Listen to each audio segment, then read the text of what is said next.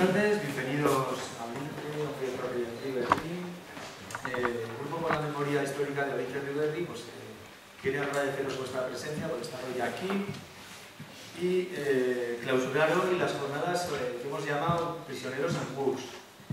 Se ha hecho una exposición arriba, una conferencia que hice yo hoy, y quiero recordaros que el domingo a las 7:30 sale el autobús desde la Marquesina que nos llevará hasta el campo de concentración, o sea, hasta el campo de refugiados. Estamos aproximadamente 40 personas los que vamos a ir al campo y vamos a ver un poco cómo es aquello y hablar de la prohibición y la comida. Bueno, voy a empezar a presentaros aquí al ponente. Quiero decir que habrá que empezar a pensar. Habrá que empezar a pensar porque, bueno, hace ya muchos años, quizá demasiados, no hemos visto unos rostros que se nos van a presentar aquí en nuestras pantallas. Primero quiero presentaros a Tomás Chivite, que igual algunos ni lo conocéis. Este hombre, pues, desaparecido de Elche, y durante muchos años fue un gran dirigente sindical y político del pueblo. Él tuvo que huir y hoy, pues igual 70 años después, está aquí Tomás. ¿Claro? Es ahí de Macron, flaco. Hicimos esa foto en el año 38 en Barcelona. De alguna forma, pues habrá que empezar a contar la verdad y contar también quién fue esta gente, estos 10 o 11 que estuvieron en el campo, todos de Olite, y un poco a reparar su honor, ¿no? Y su buen nombre, que en algún momento quedó maquillado, manchado. Todos lo vamos a hacer, buscar la verdad y preparar el nombre. Y me quedo con Tomás. Lo hemos puesto aquí porque a Tomás, yo quiero presentarle a Tomás a Josu, ¿no? Y le quiero presentar porque, mira, Tomás era el alma mater del movimiento obrero en Olite. Él fue presidente de la UGT, representante de la Federación de Trabajadores de la Tierra, primer teniente de alcalde. Al final de la República se jugaron a cara cruz y del alcalde del pueblo y casi le toca.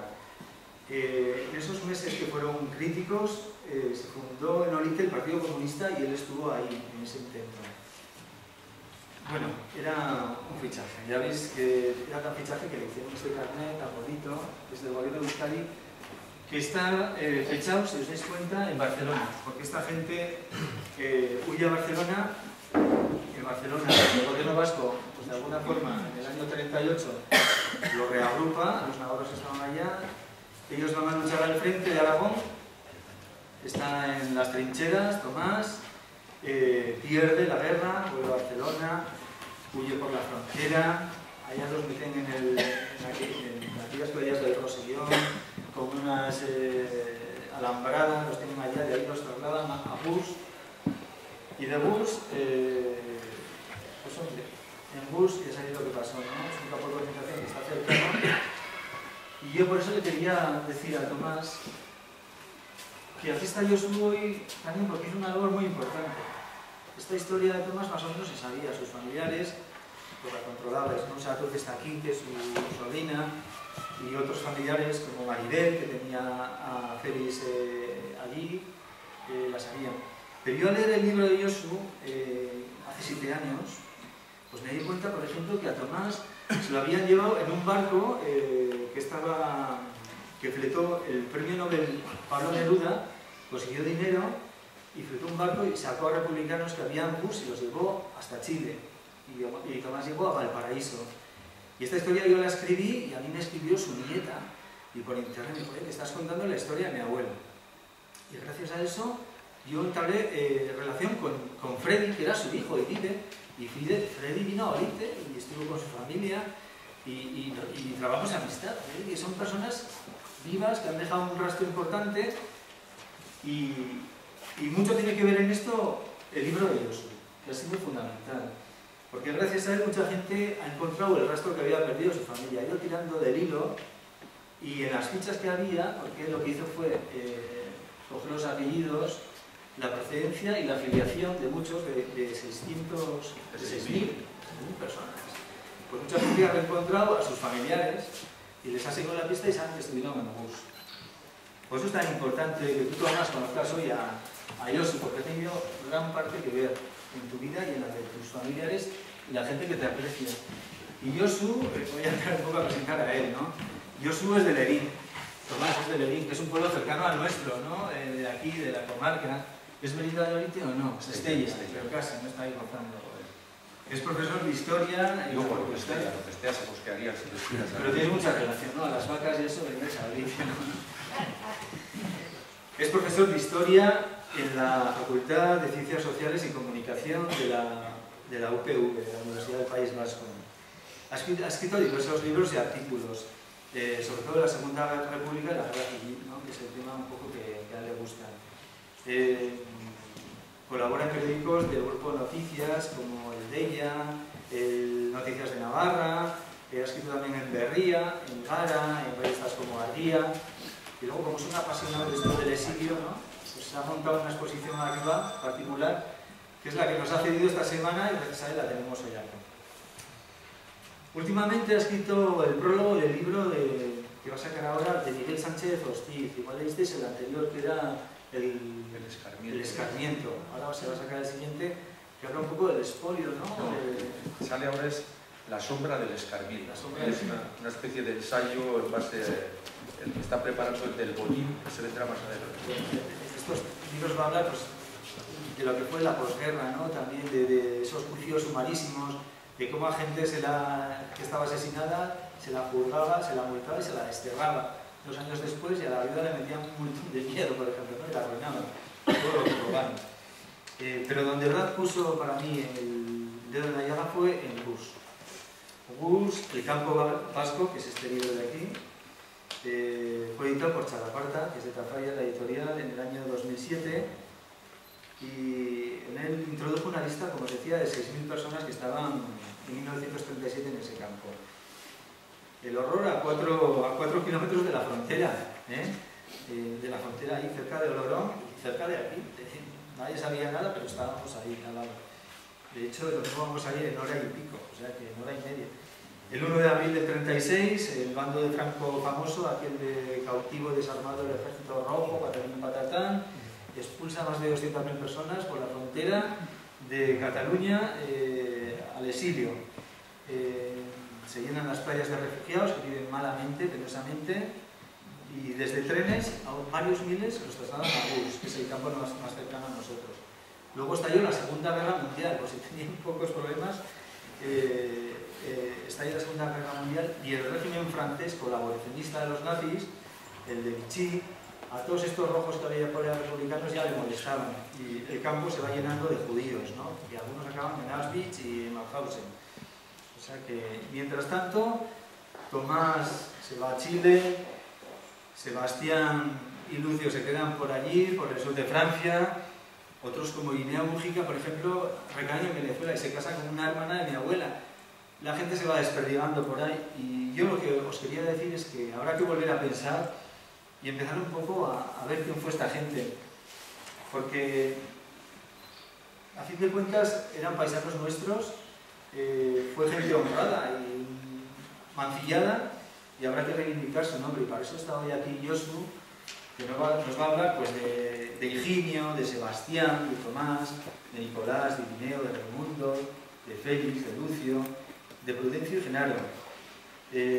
Josu les va a poner ahora apellidos a todos estos y nos va a contar su vida, que es la nuestra. Y os dejo con él. ¿Vale?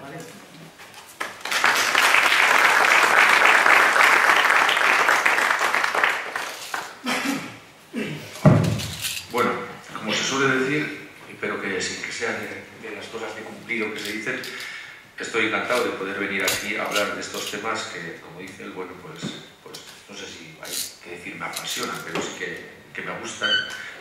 Como se dice que era Gogoko aldapan nekerikes. En las cuestas que subes a gusto parece que no te cansas.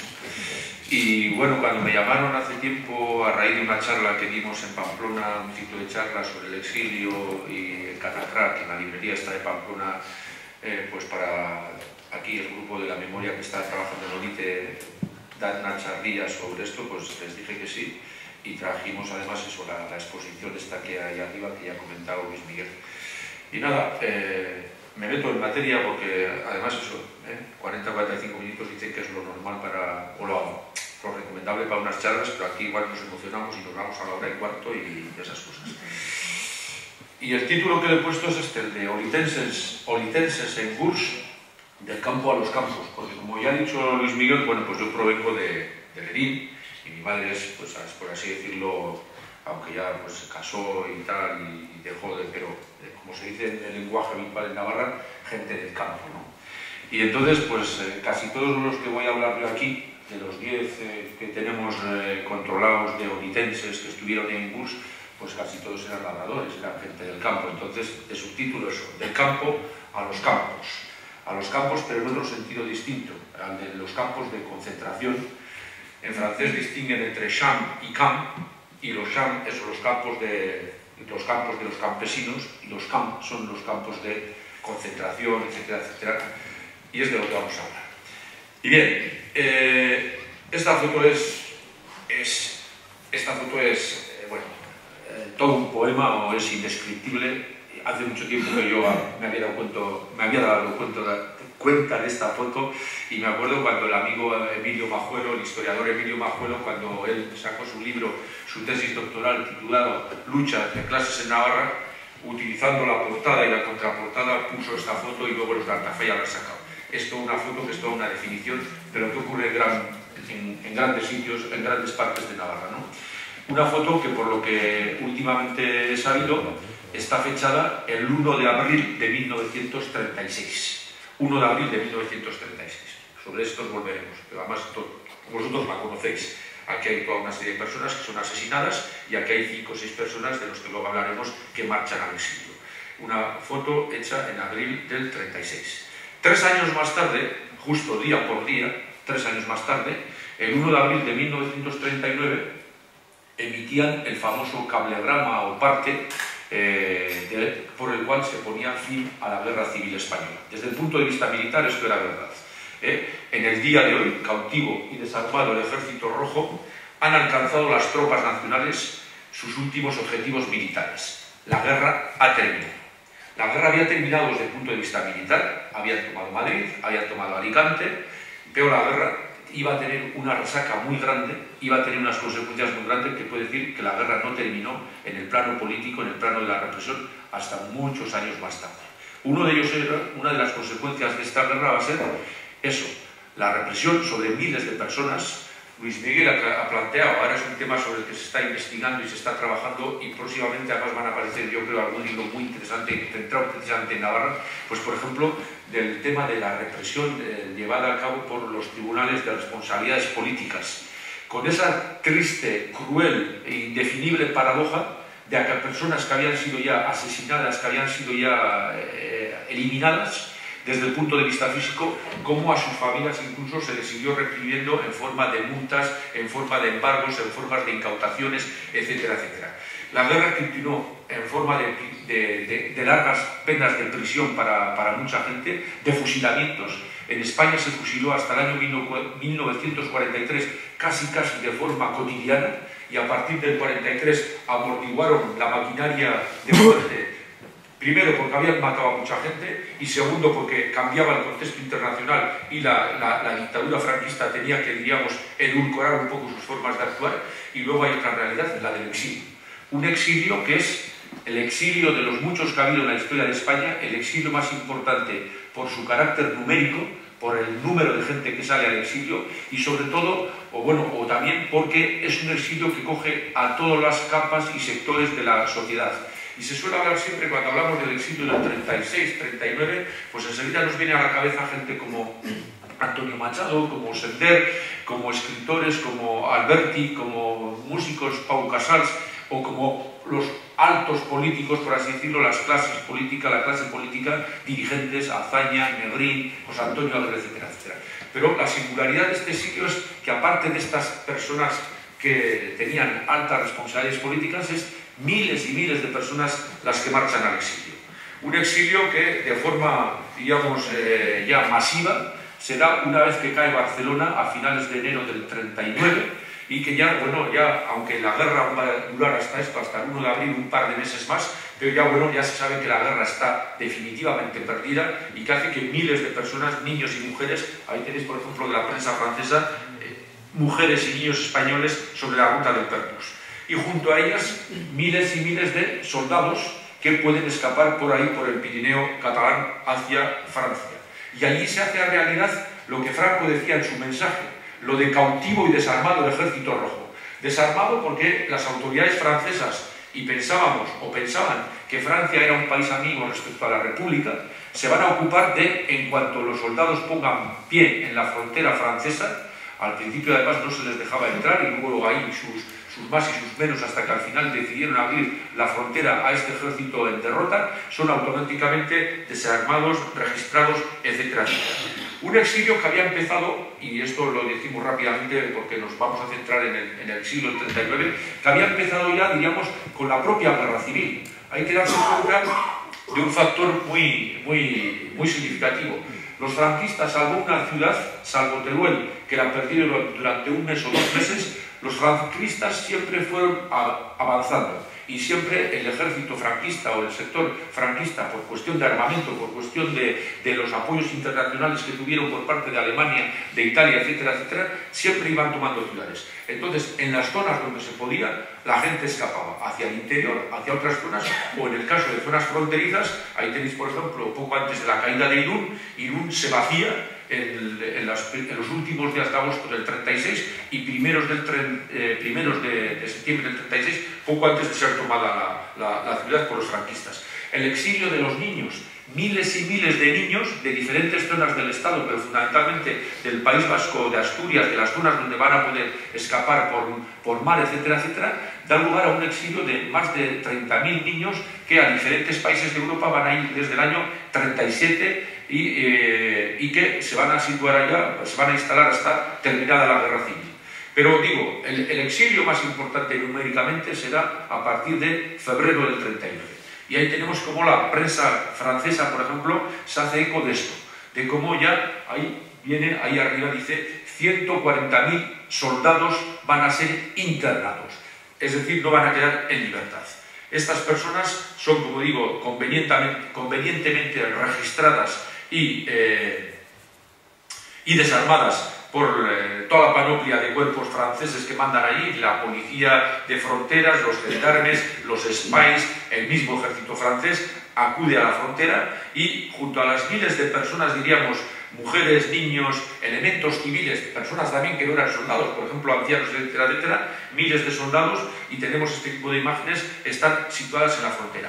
A veces de forma masiva, a veces en forma de trenes, etcétera, etcétera, que se acercan a la frontera, o de camiones, etcétera, etcétera, y otras veces por caminos, por vericuetos, por las montañas, pasando al otro lado de la frontera. Y esta es una foto de la que en todas las charlas me gusta prácticamente hablar, porque es un tema que sustancia o que refleja la realidad de este exilio. Esta foto, por ejemplo, en Francia es conocidísima, porque esta foto salió allí en aquellos momentos, febrero o marzo del 39, en una revista francesa, Illustration, y a raíz de eso, boom, boom, boom, boom, siempre que se habla del exilio español, etcétera, etcétera, en libros, etcétera, etcétera, en publicaciones, aparecía. Y ahí tenemos a una familia española, en concreto a una familia de la zona de Monzón, de Aragón, próxima a Cataluña, que habían perdido la madre en un bombardeo, y la niña y el niño habían perdido la pierna, por eso tienen piernas de madera. Estos habían marchado hacia Cataluña,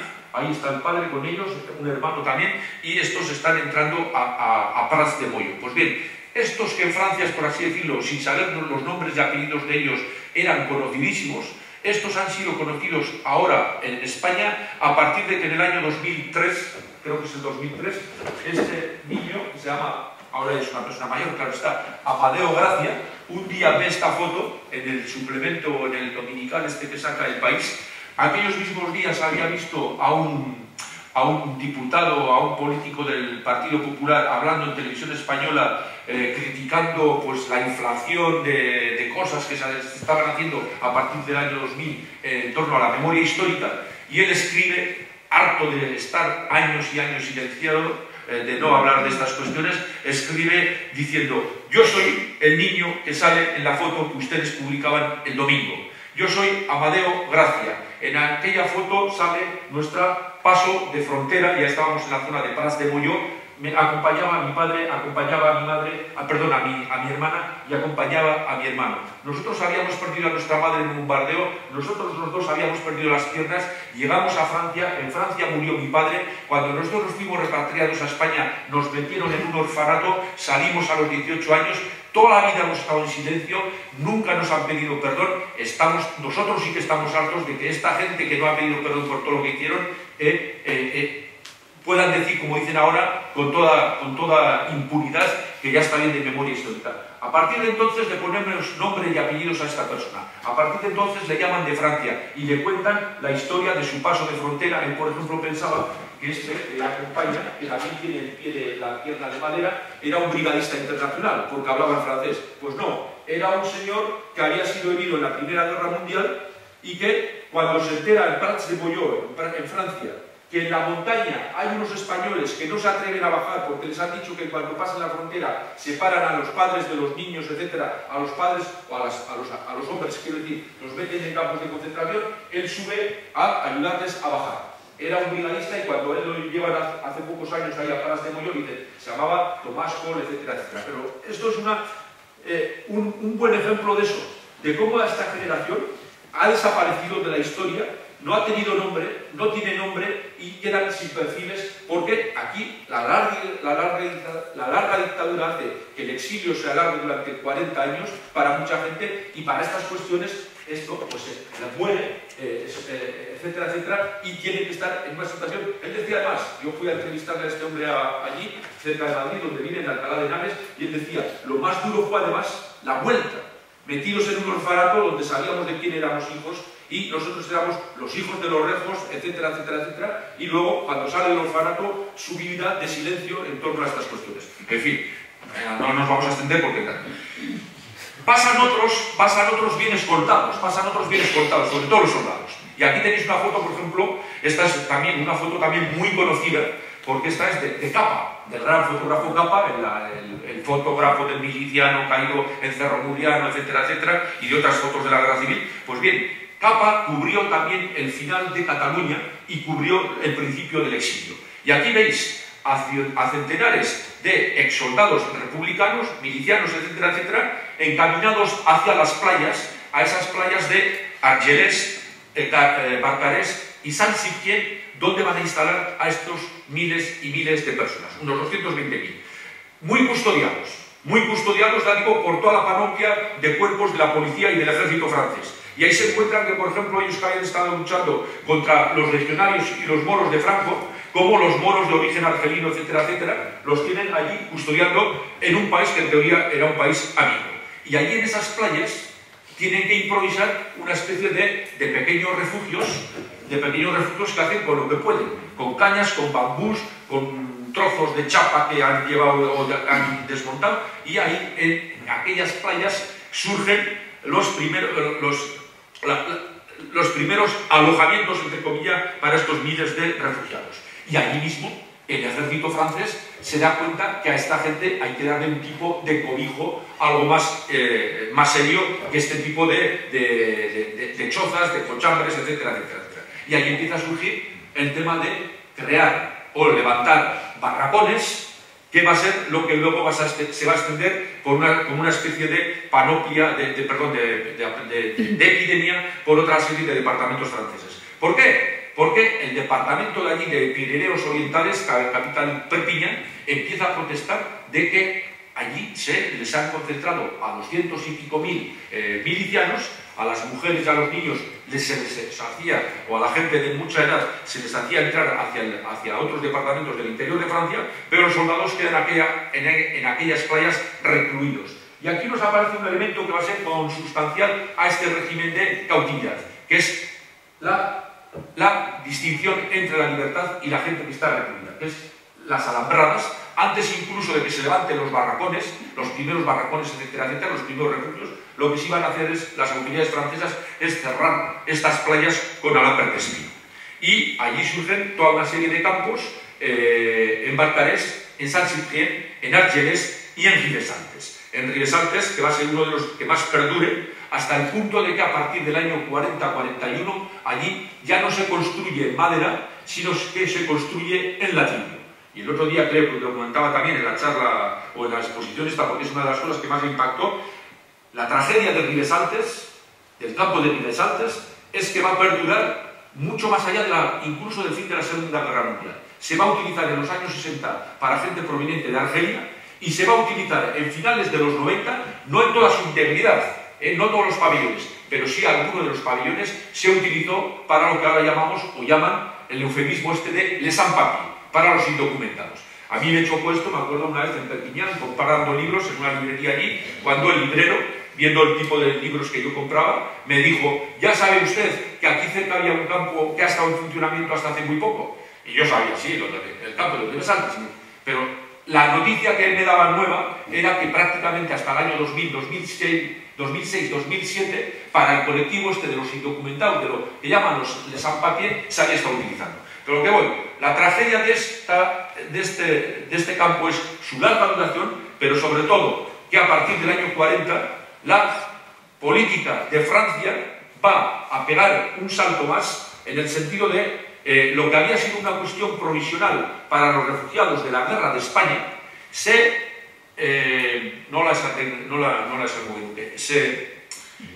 consolida ya como una realidad ya estructural que va a durar, por lo menos ya digo, en la mayor parte de los campos hasta el final de la Segunda Guerra Mundial. Hasta el punto de que ya no construyen de forma, diríamos, provisional, en madera, no, ya construyen en duro, ya construyen en ladrillo. Ahí tenéis, por ejemplo, si os acercáis por allí, a Perpiñán y os dais una vuelta por Ribesaltes, aún podéis ver un montón de barracones de allí, con lo que queda este tipo de estructuras en ruinas, pero muy visibles. Ahora van a hacer un memorial, llevan un montón de años con esto, pues parece ser que va adelante y tal, o que irá adelante, van a hacer allí un gran memorial, precisamente utilizando parte de las estructuras de aquello. Y ahí tenéis elementos, por ejemplo, pues como las letrinas, etcétera, etcétera, que son calco, copia de las letrinas de madera, etcétera, etcétera, de los campos. Pero bueno, nos da igual. Nos da igual, pero nos da igual. A lo que vamos. En esos campos, en concreto en el de Argeles, empiezan ya a agruparse y a organizarse los distintos colectivos que allí han ido. En concreto, el colectivo de los refugiados provenientes del País Vasco, en el campo de Argeles, forman dentro del campo una especie de agrupamiento que le van a llamar incluso con un nombre, Guernica Berri, para estar allí toda la gente proveniente del País Vasco. Y cuando hablamos del País Vasco ahí, no tiene ninguna duda, como veremos luego, los navarros también están incluidos, y se organizan en el subcampo de Guernica Berri. ¿Por qué? Porque a Perpiñán ha acudido una delegación del gobierno vasco y ahí está, pues para, en la medida de lo posible, facilitarles mantas, medicinas, apoyarles, etcétera, etcétera. Esta es una foto muy bonita, significa que a pesar de la miseria, a pesar de la derrota, etcétera, etcétera, bueno, pues la gente tiene ánimo aún para, por ejemplo, fundar un orfeón, como fundaron el orfeón de Eusko-Ametsa, y sale en la prensa francesa como desde el campo de Argeles salían el orfeón de Eusko-Ametsa pues a cantar al casino de Perpiñán, etcétera, etcétera. Y bueno, la gente pues tiene por lo menos la moral de cantar y estas cosas. Y ahí tenéis, por ejemplo, esto es muy bonito, el tampón que tenían, Camp de Basque, Eusko Zelaya, Guernica Berri, el escudo con los cuatro cuarteles de Guipúzcoa, Vizcaya, Álava y Navarra, Guernica Berri. Esto, como lo decomisaron los franceses, pues aparece en un archivo, es tampón utilizado por la delegación del gobierno vasco, etcétera, etcétera. Bien, en esa misma época, que ya están recluidos en estos campos que están sobre las playas, hay que darse cuenta que ya para entonces, incluso antes de terminada la guerra, el 1 de abril, ya desde febrero, finales de enero, primeros de febrero, ya Francia y Gran Bretaña han reconocido al general Franco. Y Azaña, en cuanto pasa la frontera el 5 o 6 de febrero, dimite. Y ya se empieza a plantear qué hacer con los refugiados, con esos miles de refugiados. Y aquí vemos cómo la prensa francesa dice: los Pirineos Orientales, el departamento este que tiene cabecera Perpiñán, reclama la repartición de refugiados sobre toda Francia. Es decir, quitarnos encima a esta gente y que estos no los quieren tener, sean repartidos por toda Francia. Y entonces los militares franceses empiezan, y el gobierno francés, el Ministerio del Interior, etcétera, etcétera, pero son los militares los que llevan la voz cantante en esta cuestión de creación de los campos y la máxima autoridad sobre los campos, etcétera, etcétera, empiezan a plantearse una política de sacar a la gente de esas tres grandes playas, o esas cuatro grandes lugares de Ribesaltes, de San Ciprián, etcétera, etcétera, hacia otros departamentos. Y ahí tenemos empieza a surgir toda una serie de proyectos y de campos y de lugares de concentración de los refugiados que fundamentalmente va a ser en la zona de ahí del Pirineo Oriental y luego en las cercanías de Toulouse. Y el más próximo para nosotros, como decía Luis Miguel, va a ser el de Gurs. ¿Por qué Gurs? Gurs, se pensaba, ese colectivo de vascos que estaban allí, lo que hacen es hacer listados, y se pensaba que si iban a estar en un campo de refugiados, pues mejor que se trajeran hacia aquí, hacia la zona, diríamos, de Bayona, el País Vasco francés. ¿Qué ocurre? En el País Vasco francés, los 3 diputados que en aquellos momentos están son elementos de derechas, elementos contrarios al Frente Popular y elementos, sobre todo, muy contrarios a lo que el mundo de los refugiados vascos y republicanos españoles significa. Es más, son profranquistas. Hay uno que luego va a ser ministro en el primer gobierno de Petén, Iberne Garay, de este pueblecito, pueblo, o como lo queráis llamar, o ciudad, San Juan de Piedeport, don Iván Egarasi. El próximo día no sé por dónde vais a ir al tal, pero una de las rutas posibles es Roncesvalles, bajar, Bancarlos, y la primera población de importancia tenemos ahí don Iván Egarasi o San Juan de Piedeport. Y al lado de esto hay un pueblecito, Viaxise, él era el alcalde de Viaxise y era diputado desde el año 1918, siempre diputado, y luego va a ser ministro con Petén. Pues bien, Iván Egaray, que entonces es diputado en la Asamblea Francesa, está siempre haciendo interpelaciones al gobierno francés para que a esos refugiados se les envíe a España o fuera de Francia. Y desde luego, lo que él no quiere por nada del mundo, lo mismo que él, sus otros 2 compañeros diputados por el País Vasco francés, del Sangres y Cogal, también derechistas, es que estos refugiados puedan venir a ser acogidos al país vasco francés. Y aquí ocurre lo de siempre, lo que ocurre en estos casos. Hay ese titular, por ejemplo, de la prensa derechista que se editaba en Bayona: los Bajos Pirineos y las Landas rechazan los campos de concentración. Y fijaros que hablan de campos de concentración, porque luego hablaremos de esta cuestión. Bien, y ahí tenéis al amigo Iván Egaray, amigo entre comillas, como hace un artículo, por ejemplo, en francés, el título está en castellano, Arriba España, felicitando al general Solchaga, el jefe de los militares navarros que han llegado precisamente a la frontera por Cataluña, acosando a los refugiados, etcétera, etcétera, y felicitándose del triunfo de los franquistas. Él había hecho varios mitines durante la Guerra Civil Española en contra de los nacionalistas vascos y a favor de los franquistas. Este tipo de personajes es los que hacen imposible que, por ejemplo, en vez de Gurs, ese campo hubiera podido estar pues, en Bayona, en San Juan de Luz, etcétera, etcétera, etcétera. Ahí tenéis al amigo Iván Egaray, ¿Y qué ocurre? Ese campo que se quería traer, que se había negociado por los representantes del gobierno vasco con los militares, en si al colectivo de vascos y a otra gente se les podía aproximar al País Vasco francés, no se puede traer al País Vasco francés, y al final es una patata caliente de la que nadie quiere hacerse cargo. Y si os dais cuenta aquí, es muy evidente, aquí está todo escrito a máquina, y lo que han señalado al final a mano, como veréis, es Gurs. ¿Por qué Gurs? Gurs es un pueblito pequeño y es como cuando aquí, yo qué sé, por poner un ejemplo, se quiere poner un cementerio nuclear y claro, si viene a una población grande van a decir que no, que y al final el muerto le cae al pueblo que menos tal o al pueblo que menos escrúpulos tiene y que dice que estamos dispuestos a tragarnos una central nuclear o lo que sea si nos dan. A Gurs, ¿qué le ocurre? Que no tienen capacidad de oponerse a esto. Y segundo, que tienen tierras comunales que el gobierno francés les va a pagar, en concreto los militares, para que se instale allí un campo de refugiados. Y por eso va a Gurs, porque se había hablado de otras poblaciones, por ejemplo una cerca de Olón, o Gélevin, pero como era una zona de balneario, pues protestan diciendo etc.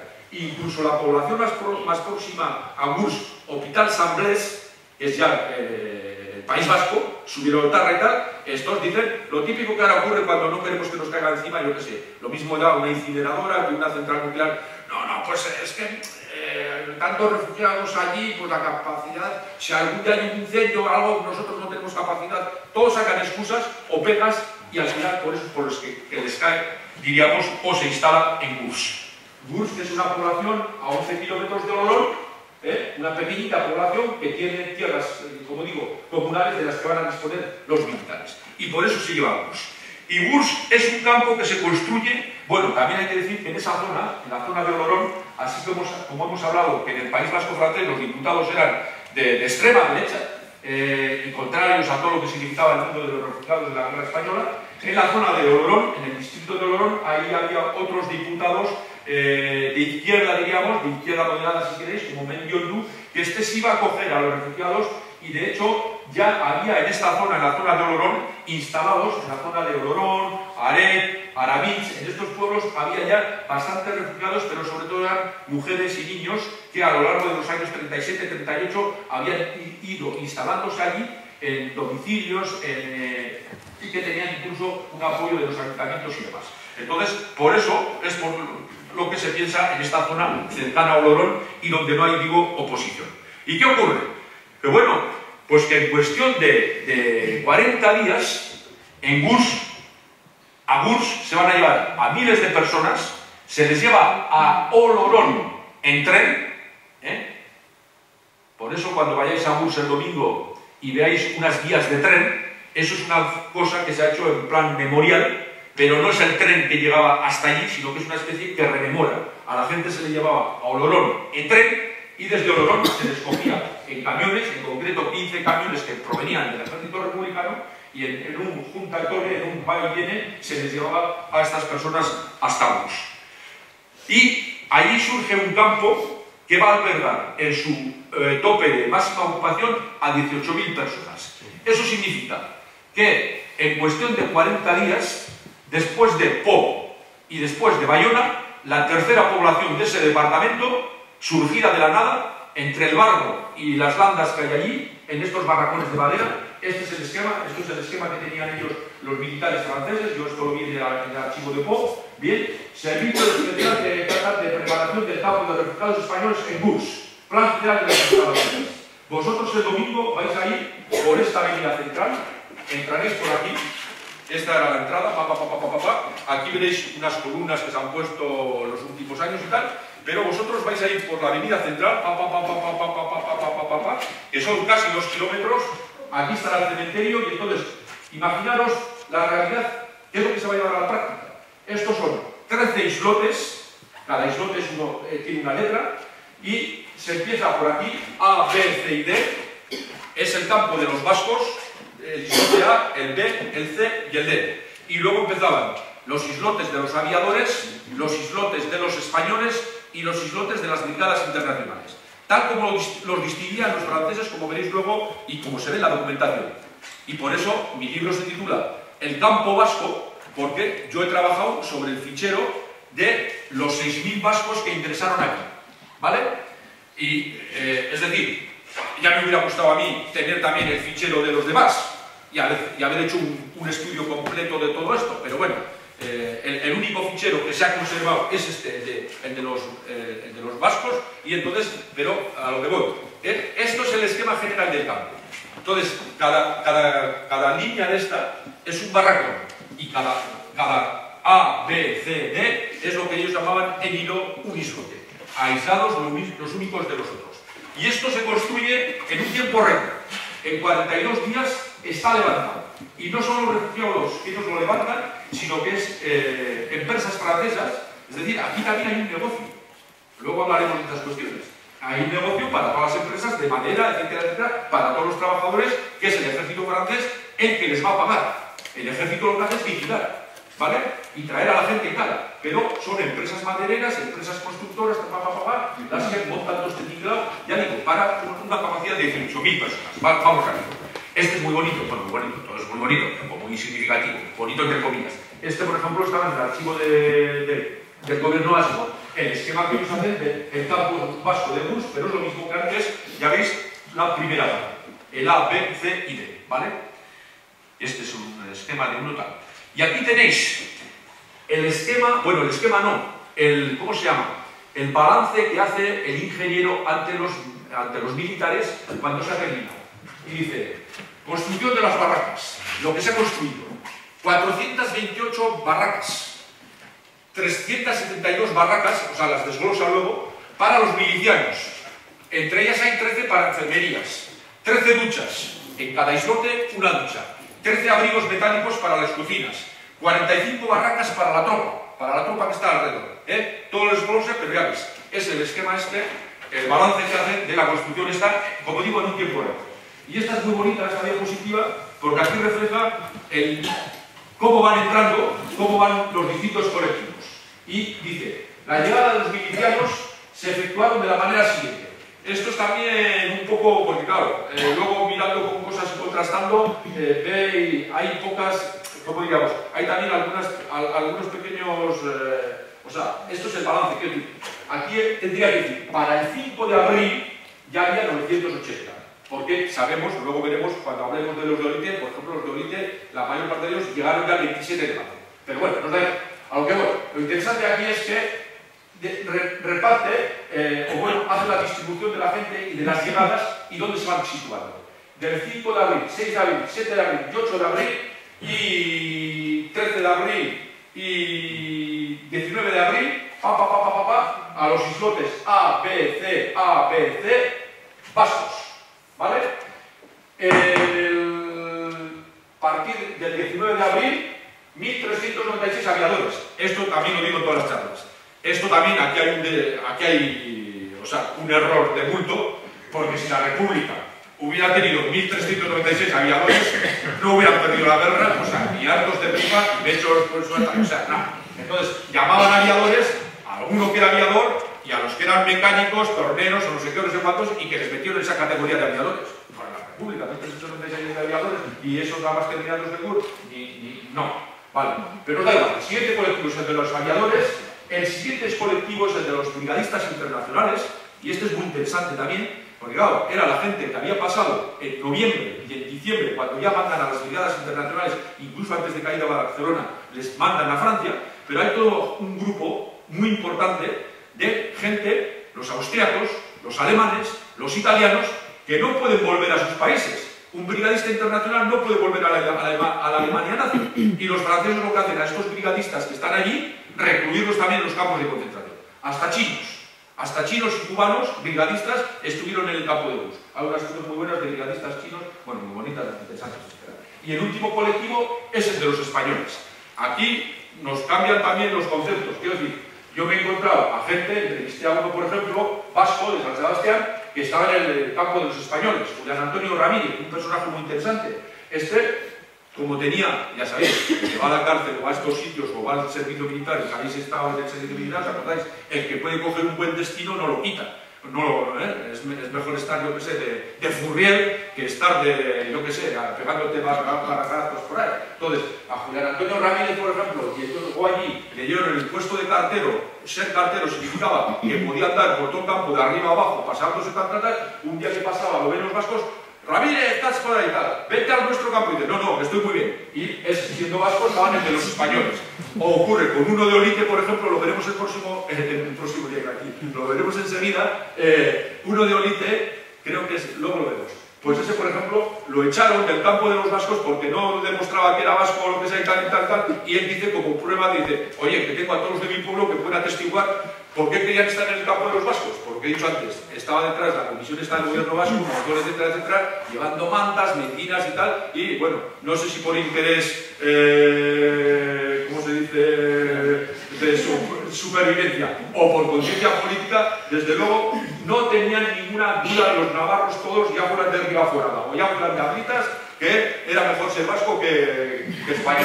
Bueno, no sé, a lo que voy, esta es la entrada. Bien, y el campo, ya veis, el próximo día, cuando lleguéis aquí, veréis unos pivotes que son donde estaba lo que en Francia suele ser muy habitual, los depósitos de agua, estas torres que al final tienen, ¿no?, los chateaux. Entonces quedan solamente los pivotes de abajo, ¿no? Pues desde ese chateau d'eau, desde ese depósito de agua, se hizo esta serie de zonas.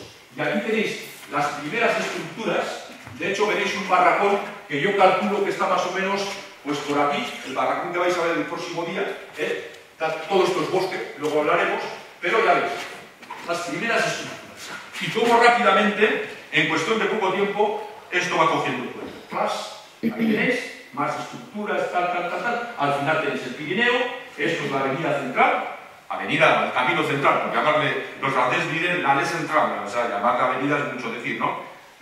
Veis aquí como ya van cogiendo cuerpo, estos son barracones normales y estos son cocinas abiertas, y aquí tal, esto está sin alambre, pero aquí ya vemos más a los dos lados. Este era el lugar para el castigo, ¿vale? Pum. Seguimos, aquí ya se ve, ya está cerrado por alambradas, ¿vale? Y esto será el barracón que veréis el próximo día, que es el barracón tipo de aquella época. Este lo han hecho ahora, hace poco, es decir, el campo de Gurs en el año 45 se cierra a finales y en el año 46 se desmantela totalmente. Entonces, lo que han hecho los amigos de Raimón Peña, Villalba y etcétera, etcétera, es, bueno, con dineros de tal, han hecho un pequeño circuito con paneles y tal, y han hecho un barracón tal como era.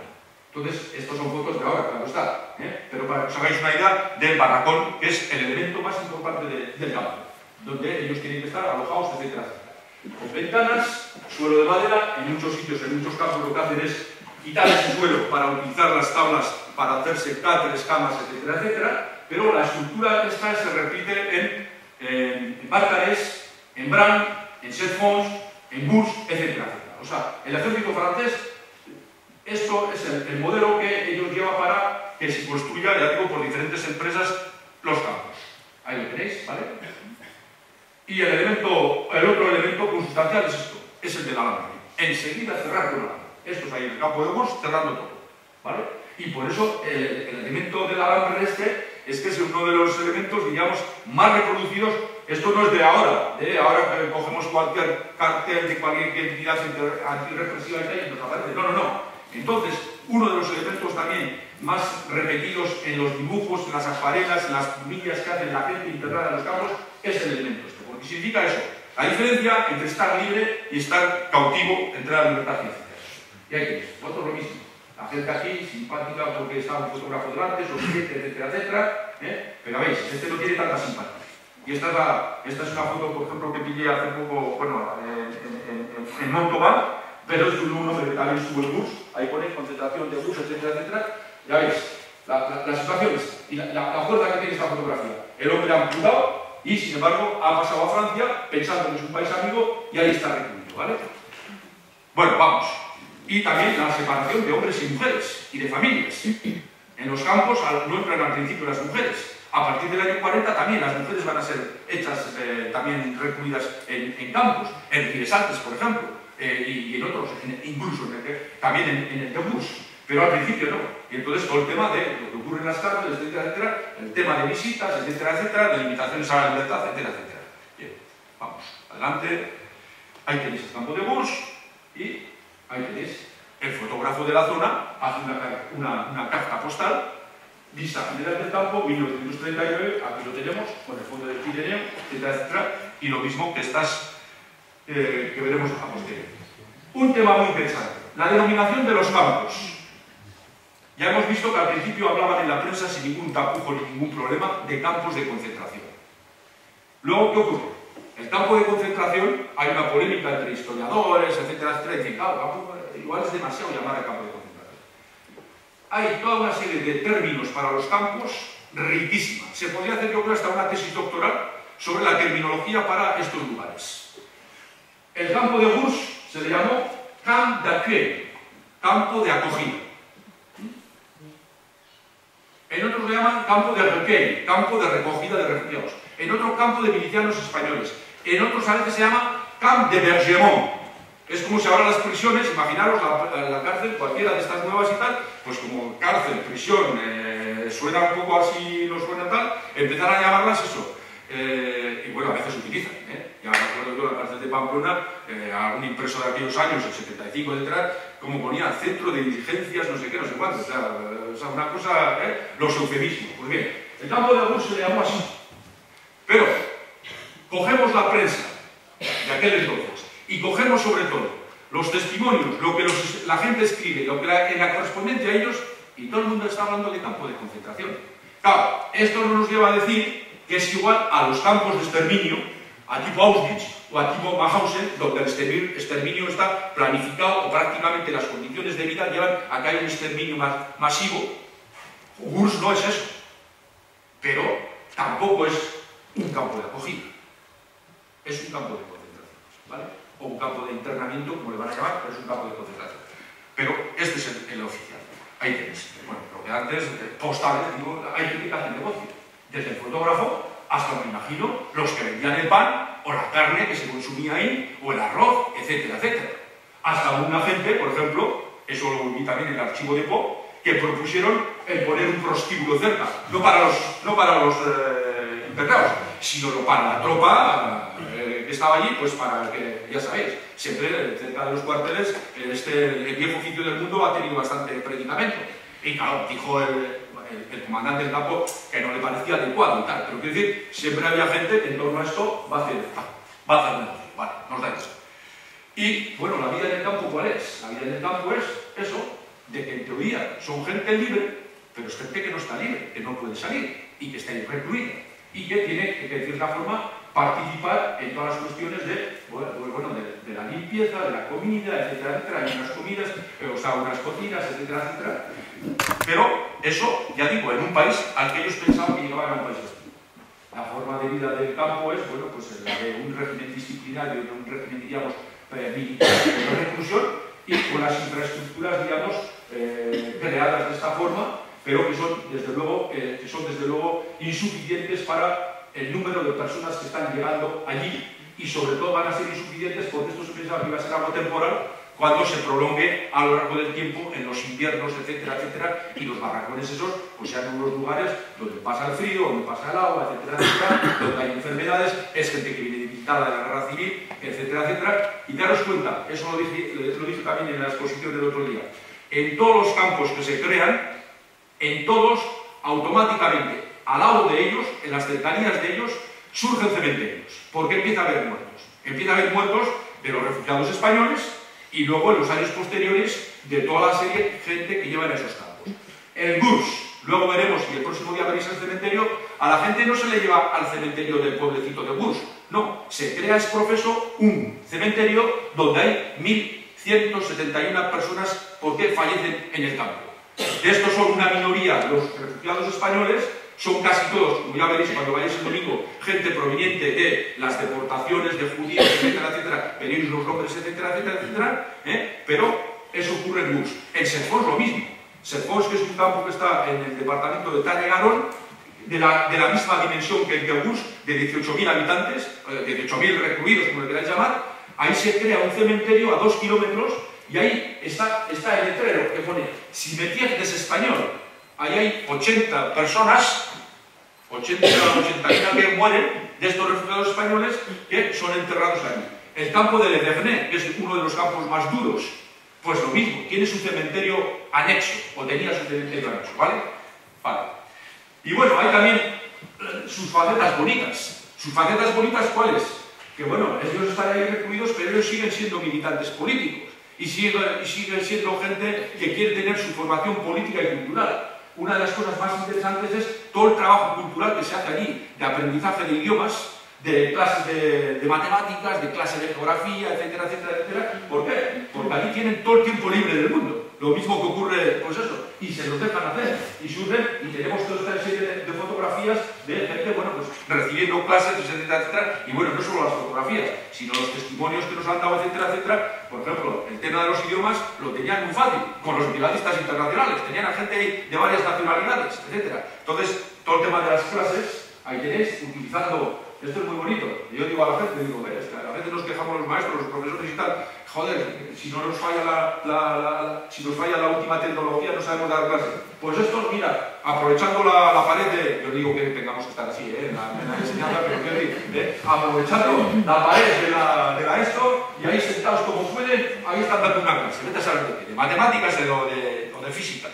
El tema de los periódicos. A ciclostil que ellos hacían de mala manera, las vietnamitas que se llamaban, o de los periódicos murales.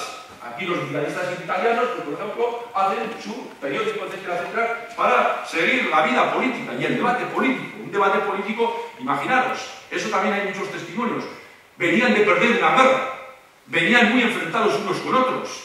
Viene luego el tema de la Segunda Guerra Mundial. Por ejemplo, cuando llega el pacto Stalin-Ribbentrop, es decir, el pacto Stalin-Hitler, los comunistas se quedan totalmente descolocados. ¿Cómo Stalin puede pactar con esto? Todo el debate que hay en los campos sobre esta cuestión. Por ejemplo, entonces, en el verano del 39. Todo esto está allí, al pin-pin, ¿vale? En la discusión, en la vida política. El tipo de publicaciones, ¿ves? Aquí, por ejemplo, esto era una publicación que sacaban allí los estudiantes de la FUE, en la zona de Algeciras, y aquí hablan de Gurs, están hablando, y en Gurs también hubo publicaciones. Desgraciadamente de las de Gurs no se han conservado, pero de la zona catalana de Algeciras y tal sí se han conservado. Y el tema de la música, lo mismo. Esto es la orquesta vasca que se llamaba, pues bueno, con los pocos instrumentos que tienen y tal, pues ahí se alegraban. O llega el 14 de julio, que es la fiesta francesa y tal, y aquel año 39, que precisamente era el 150 aniversario de la Revolución Francesa, pues en casi todos los campos, y en concreto en el de Gurs, hacen toda una fiesta y termina la fiesta cantando la marsellesa. Es un canto revolucionario, y ellos cantan los 17.000 puño en alto la marsellesa, y el comandante del campo manda un informe al prefecto diciendo, joder, ha sido emocionante, 17.000 refugiados de estos cantando la marsellesa, etcétera, etcétera, ¿vale? Cuando pasa el Tour de Francia, también es muy bonito, le sacan una especie de gran pancarta, los republicanos españoles, creo que decía, saludan al Foxat de la Gut, porque pasó justo por ahí, por la carretera y tal, pues ese tipo de cosas. Bien, no nos da igual, no nos da igual. Y voy a hablar ahora de personas, para terminar para ir a los de hoy. El jefe del primer campo vasco es un alsazuano. Lo mismo que hemos dicho antes del hombre este de Amadeo Gracia, este es un desconocido. Incluso para mí, cuando yo saqué el libro, lo único que pude poner de él, Martín Soler Zambito, de Alsasua, 28 años, primer jefe del campo vasco, porque sabía poco más. Luego he ido sacando más cosas y ahora sé bastante más. Este hombre había sido herido en Alsasua en los sucesos de 1934, llega a la guerra y como mucha gente de Alsasua puede escapar hacia Guipúzcoa, hace toda la guerra en el fronte norte, sale por Asturias, hace la guerra por Cataluña y con 28 años este es el que va a llevar toda la expedición desde ahí, desde Guernica-Berri, donde era ya el jefe de Guernica-Berri, a Gurs. Está ahí durante unos pocos meses y luego sale a la zona precisamente de Olorón, allí se va a instalar. Raimón lo conocía mucho, Amama y tal, y bueno, este es un hombre que se nos ha perdido para la historia. Siempre estamos reivindican aquí a cualquier navarro que está en Filipinas, en la Conchinchina y no sé qué, que es misionero, es misionera, o estuvo en un temblor de tierra y tal. Pues bien, miles y miles también de personas así que se nos pierden en la historia y que han desaparecido. Martín Soler Zambito, ahí lo tenéis. Bien, ahí lo tenéis, esta es una foto muy bonita. ¿Dónde está Martín Soler Zambito años más tarde? En Hendaya. Detrás Jaime, nostálgico perdidos. No pueden volver a España. Pues no quieren volver, mientras dure. Pero todos los años, no sé si es el 1 de mayo o cuándo, se van a ir a Hendaya y se hacen una foto enfrente a Jaime. ¿Vale? Vale. El segundo jefe del campo vasco, otro personaje de película. Sobre este han hecho un libro. Escribieron un libro muy interesante contando su biografía. Celestino Uriarte. Personaje totalmente película. Este sustituye al amigo Martín Soler como jefe del campo vasco cuando sale el otro a trabajar. Este se va a Chile. De Chile vuelve y participa en la guerrilla. Lo detienen en Asturias. Y como a este también estaba implicado en los sucesos del 34, en concreto en Mondragón, van a por él para pedirle pena de muerte por aquellos sucesos del 34 en Mondragón.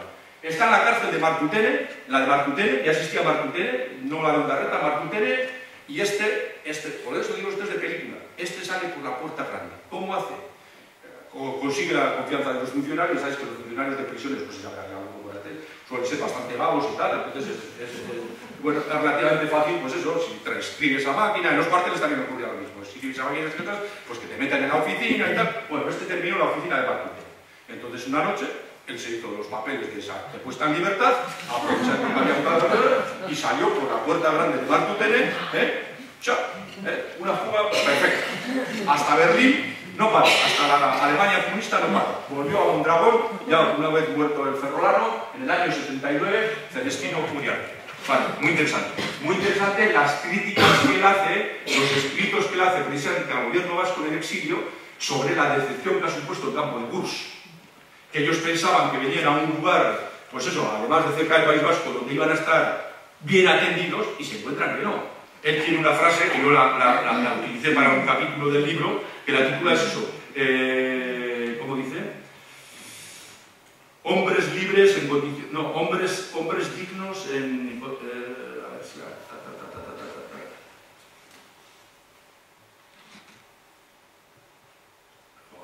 Ahora no sale. Hombres dignos, hombres libres en condiciones de presidiarios o latitudes. Él hace unos escritos muy críticos de la situación. Y el último de los jefes del campo vasco es este Cecilio Arregui, otro personaje de película. Está en el campo de Gurs, en el Tesserfons, viene aquí, al interior, en el Maquis, lo trincan y se pega 23 años en la cárcel. Aquí, las cárceles franquistas. Cuando este hombre salió, ya en los años 60 y tantos, así, bueno, pues él seguía siendo pues, comunista, etcétera, estas cosas. En los años 80 él tuvo que publicar de su bolsillo y tal, porque ni el partido del que era le hacía caso, su memoria por rojo, donde cuentan todas sus andanzas y vidas y demás estas cosas. Y tiene unas páginas muy interesantes sobre esto. Otros personajes conocidos, pues el poeta, uno de los grandes poetas vascos, Nicolás Ormaechea Orixe, ese no aparece en el fichero, pero se estuvo primero en la cárcel de San Cristóbal, aquí, y una vez que sale de San Cristóbal pasa a Francia, y en cuanto pasa a Francia, los franceses, a Gurs, y escribe una poesía que es una auténtica descripción de las condiciones de vida del campo de Gurs, que se titula, euskeras, claro está, Idorrería. Idorrería en euskera es estreñimiento. Y él, partiendo de eso, de lo mal que tenían para hacer, con la mala alimentación que tenían, sus necesidades en las letrinas estas de madera y tal, él lo utiliza tal, para describir Gurs y para acordarse de ese cabrón de Yarnegaray, que es el que le ha mandado al campo de Gurs, ¿vale? Nos da igual. Bien, y vamos ya acercándonos a nuestra gente. Gente, pues eso, normal. Por ejemplo, los que sabéis de Pamplona, conoceréis seguramente a un chico que trabaja en estas cosas, el autobús de la memoria de Envidia, que se llama Carlos Ochoa. Es sobrino de Jacinto Ochoa, aquel hombre de Ujue, que estuvo en San Cristóbal, que se fugó de San Cristóbal, pasa al otro lado, entra con los maquis, lo detienen y está en la cárcel hasta el año 63. Pues el hermano de Jacinto era este. Además, si os conocéis a Carlos Ochoa, es parecido, es su padre. Pues ahí está, en Gurs, gente así, algo. Vamos a los de Olite. Ahí tenéis una foto donde tenemos a gente de Tafalla y de Olite. Por las fichas, por lo menos 10 personas de Olite estuvieron aquí. Los hermanos Lucio y Félix Sembroiz. Esto lo he hecho yo en base a las fichas, lo que aparece en las fichas. De Félix, por ejemplo, aparecía esto, que en Euskadi había sido soldado, por lo tanto hizo la guerra por aquí, por el frente norte. En Gurs estaba en el islote A, que es el primer islote, o sea que este llegó de los primeros. Estuvo de colchonero, organizando las camas y tal, y luego pasa al islote C. Y tenemos con una foto que le han suministrado sus familiares, un dato de que está en Ribesaltes en el año 1940. Es decir, este hombre seguramente salió de Gurs en el 39, como casi todos, se fue vaciando Gurs, pero de luego en el año 40 lo volvieron a ingresar en Ribesaltes. Quiero decir, si él pone Ribesaltes, en Ribesaltes no es que ha ido a conocer el Moscatel de la zona ni está en turismo, sino que lo han alojado en el campo. De Lucio, que es el que está arriba, el mayor, o sea, el mayor era además, ¿no? Bueno, no sé, el de arriba, Lucio, de este tenemos pocos datos. Sabemos que había estado en el islote A, en la plana mayor de Colchonero, y sabemos que muere en Francia en el 43. Félix Sembroiz, que es el que en esa foto tan bonita que tenéis de la boda civil del 1 de abril, en su ficha sale esto. Él de eso que dijo, o lo que aparece en la ficha, Partido Comunista, UGT, y había estado en el campo de Arles-sur-Tech, en el de Gurs, etcétera, etcétera. Lucio Sembroiz, lo que ya hemos dicho. Esa foto también que aparece, también con la guitarra, vale. Tomás Chirique, que es el que hemos empezado, o ha empezado a Luis Miguel hablando. Concejal en Olite, dirigente de la UGT, dirigente obrero, etcétera, etcétera.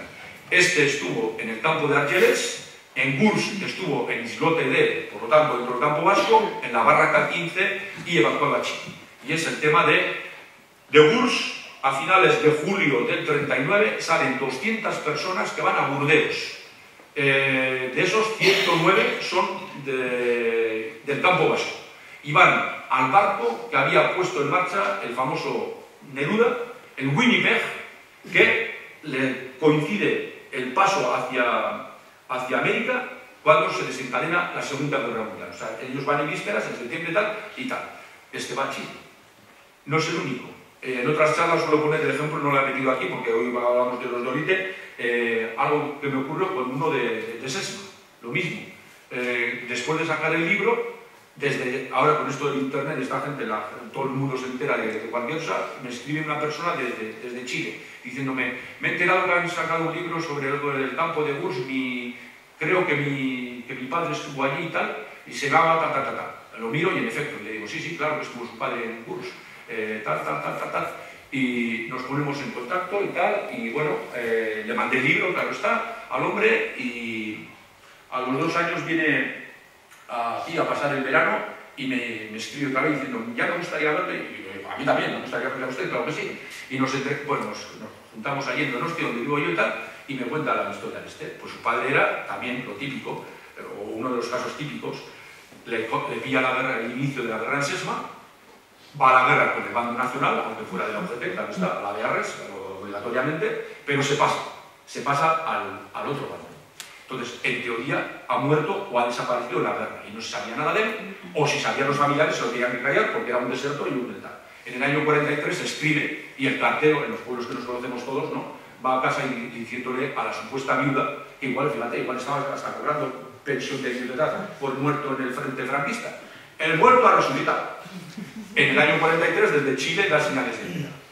La mujer va allí, se reencuentran y allí crean su familia, en Chile. De hecho, el que vino a ver a mí era hijo y tal, ya un chileno total, etcétera, etcétera. Que ahora, bueno, pues resulta una historia bonita, pero lo que resulta trágico es eso. Esta gente que en su vida se habían planteado el salir de su horizonte vital que esto suponía, terminan sus días y sus vidas totalmente trastocados desde el punto de vista afectivo, laboral, etcétera, etcétera, en un exilio que no va a ser como el de Francia o el de Alemania o el de Gran Bretaña, de estos países de 6, 7, 8, 10 años, sino que va a ser, a veces, muchas veces, más largo que su propia vida. ¿Vale? Esta es la jodienda. Ahí tienes, con lo que hemos empezado, es el carnet que me suministró el amigo Luis Miguel de Tomás Chivite, que eso, pues la delegación del gobierno vasco que había en Cataluña la había dado a él como teniente o etcétera, etcétera. Vale. Otro olitense, Nicolás Machín, ya veis todos atrás de la misma foto, de la UGT, también en el campo de Arles-sur-Teix, llega a Levarcares y a Gurs en el islote de Barraca 10. Lucio Gavari, este por ejemplo en mi libro, porque la ficha no salía que era de Olite, venía eso, pero luego me dijeron que era de Olite y lo he metido aquí. Este es evadido. Cuando es evadido es lo mismo que hemos contado de Sesma. Gente que se ha pasado del bando franquista, taca. Y claro, esta gente no puede volver, ese es el tema. El que ha hecho la guerra de forma natural con el bando porque le ha tocado en Barcelona luchar con los republicanos, pues puede decir aquí ya han obligado, etcétera, etcétera. Pero el que ha empezado la guerra en el bando nacional y que ha terminado en el republicano, como dice, que me hicieron preso y no sé qué, wow, estos no pueden volver. Evadido. Sargento la 142 Brigada Vasco-Pirenaica, Argelés en Berricaberri, en Gurs en el primer islote en la Barraca 22. Y otros de Olite, que no tengo datos, fotos mejor dicho, pero sí tengo datos de sus andanzas por ahí, los que daban en sus fichas, pues por ejemplo, Ireneo Mújica, 26 años, Olite, filiación sindical de la UGT, historial de guerra, en Cataluña, soldado de la 142 Brigada Mixta Vasco-Pirenaica, labrador, evadido también, ingresó en el campo de Argelés el 12 de febrero en Berricaberri, en Gurs, en el islote A Barraca 22, y este salió a trabajar como agricultor a un pueblecito de Francia, Bostaï-Bourg, en el departamento de Isère. Un hermano de él, lo mismo, 25, UGT, evadido, en la 142, labrador, Argelés, Gurs, y este, antes me comentaba también Luis Miguel, este se exilió, eso yo lo sabía, a Venezuela con su señora, su mujer, María Sesma, etcétera, etcétera. Y así podríamos, bueno, Sebastián Chivite, hermano de Tomás, 40 años, en Euskadi, o sea, este hace la guerra en el frente norte, en Cataluña también es teniente, y pasa por el campo de Gurmadán, el campo de Berner-d'Ariège, este es un campo, ya digo, muy duro, era un campo muy duro. Sobre el campo de Berner-d'Ariège tenemos el testimonio del escritor Arthur Koestler. Koestler había sido detenido por los franquistas en Málaga, y lo llevan a la cárcel de Sevilla, y en Sevilla está condenado a muerte. Y luego, en el año 41-42, lo detienen en Francia por comunista y por ser de origen húngaro, escritor sospechoso y tal, y lo llevan a Le Vernet. Pues Koestler escribe: estuve peor, y tuve más miedo, y lo pasé peor en definitiva, en la etapa del campo de Verne, que en los meses que había estado en Francia o en Francia, en Sevilla, con la condena a muerte pendiente sobre mi cabeza. Pues bien, al amigo este que acabo de decir, a Sebastián Chivite, lo llevaron al campo de Verne. Puede ser por casualidad que lo metieron, pero puede ser también porque allí llevaban lo que los franceses llamaban les grosses têtes, o sea, los duros de tal. Verne era como, dentro de los campos, un campo considerado de castigo. Gavari, etcétera, etcétera. Vélez Simonera, Gerardo, también, 38 años, Olite, este era de la CNT, según lo que dice en la ficha. En Cataluña fue capitán, o sea, este también era poco, de profesión zapatero de aquí en Olite, por lo visto. En Montluís, también en el campo del Vernet, y en Bus también el 6 de abril. Y el último, Prudencio Toledo, 22 años, de Olite, no pone su filiación política. En Euskadi fue Gudari, o sea, hizo la guerra ya más en un batallón de Gudaris, por lo de... Esto puede ser también que por congraciarse con el fichero diría yo Gudari, vete a saber igual es la verdad, igual no, lo que sea, la gente también ya sabe. En Cataluña, soldado, de profesión carnicero, este estuvo en el campo de Setfons, cerca de Montauban, y ingresó en Bourges, precisamente el 1 de abril de 1939. Y ahí tenéis, vamos a ir terminando, ya no os preocupéis, estos son todas fotos de Bourges. Vale, ahí está, aburrimiento en el barracón, etcétera, etcétera, cartas, lo que sea, bien, y esto es denunciado por la prensa de izquierdas francesas. Aset de Bagnes, en Francia, en el argot carcelario, en el argot penitenciario, Bagnes, una prisión, digamos, muy dura. No tiene traducción al español, pero entonces ya está bien de Bagnes, de este régimen penitenciario, para los voluntarios de España. Y aquí denuncian las condiciones de vida de Bourges. ¿Qué ocurre con Bourges? Bueno, los franceses lo que quieren es quitarse a estos de encima. Y lo que hacen en primer lugar es, si pueden, es impulsar la política de repatriación, de que vuelvan a España. Y continuamente, convoys de gente que piensan que no tienen grandes responsabilidades y que en España les va a ocurrir poca cosa, vuelven hacia España por Hendaya o por el otro lado, por Borbón. Empiezan eso. Esa es una. Otra es la cuestión de buscar trabajo fuera. La gente que encuentra trabajo, ya sea en fábricas y sobre todo en la agricultura, etcétera, etcétera, va saliendo de los campos. La gente, claro, prefiere estar trabajando fuera que estar en el campo. Y aquí tenemos, yo como a partir del verano del 39, empieza Bourges a vaciarse por gente que vuelve a España o por gente que va saliendo de los campos cuando tiene trabajos. Daros cuenta que entramos en la coyuntura de la Segunda Guerra Mundial y que muchos jóvenes franceses son movilizados y quedan muchos puestos vacíos en fábricas, etcétera, etcétera. Y eso va a posibilitar el que los campos vayan vaciándose. ¿Pero qué ocurre? Ocurre que la Segunda Guerra Mundial, aquí tenéis por ejemplo, bueno, no se puede leer, la gente que sale, ¿no? A trabajar a la fábrica de aviación de Arduí, que es cerca de allí, 33. A Mirós, 12 personas. A la de Guatín, que era una fábrica de Toulouse, 41. Como leñadores a las landas, 9. Agricultores a diversos pueblos de Francia, 215. La mayor parte salían a cuestiones de agricultura. Al hospital de la Rochelle, que era un hospital que tenía el gobierno vasco cerca de Biarritz, 177. Al sanatorio antituberculoso Osasuna, no confundir con el equipo este, 8. También era otro tal. A hospitales y sanatorios franceses, a España, 747. O sea, el grueso vuelve hacia España. En España se encuentran algunos que vuelven a ser detenidos. Hay, por ejemplo, un señor que viene todos los años a la concentración que se hace en Miranda por el tema de batallones de trabajadores, Luis Ortiz Alfao. Ese estuvo en Bourges. Y claro, salió, era joven, él pensaba que él no tenía responsabilidades, pero cuando llegó a España lo metieron en un campo de concentración y luego lo mandaron a un batallón de trabajadores. Pero bueno, el grueso vuelve a España, a México 9, a Chile, etcétera, etcétera. Ahí tenéis, bueno, la gente que va volviendo. ¿Qué ocurre? Que el campo de Bourges, en la medida en que se va vaciando y que parece que se va a terminar, empieza la Segunda Guerra Mundial. Y esos campos que habían surgido para los refugiados españoles, el gobierno francés empieza a utilizarlos no solo para refugiados españoles que aún están en lo que ellos consideran situación dudosa, irregular, etcétera, etcétera, sino para toda la serie de judíos, comunistas, gente que ellos meten dentro de aquel concepto que utilizaban desde el año 38, indeseables. Y empieza a rellenarse otra vez el campo de Bourges. Y ahí tenéis, ahí tenemos, estas son fotos ya del campo de Bourges a partir del año 40-41, donde empieza a haber no solo hombres, de todas las nacionalidades, fundamentalmente franceses, pero gente que había escapado de Alemania y que estaba en Francia como refugiados y que son internados, sino también mujeres.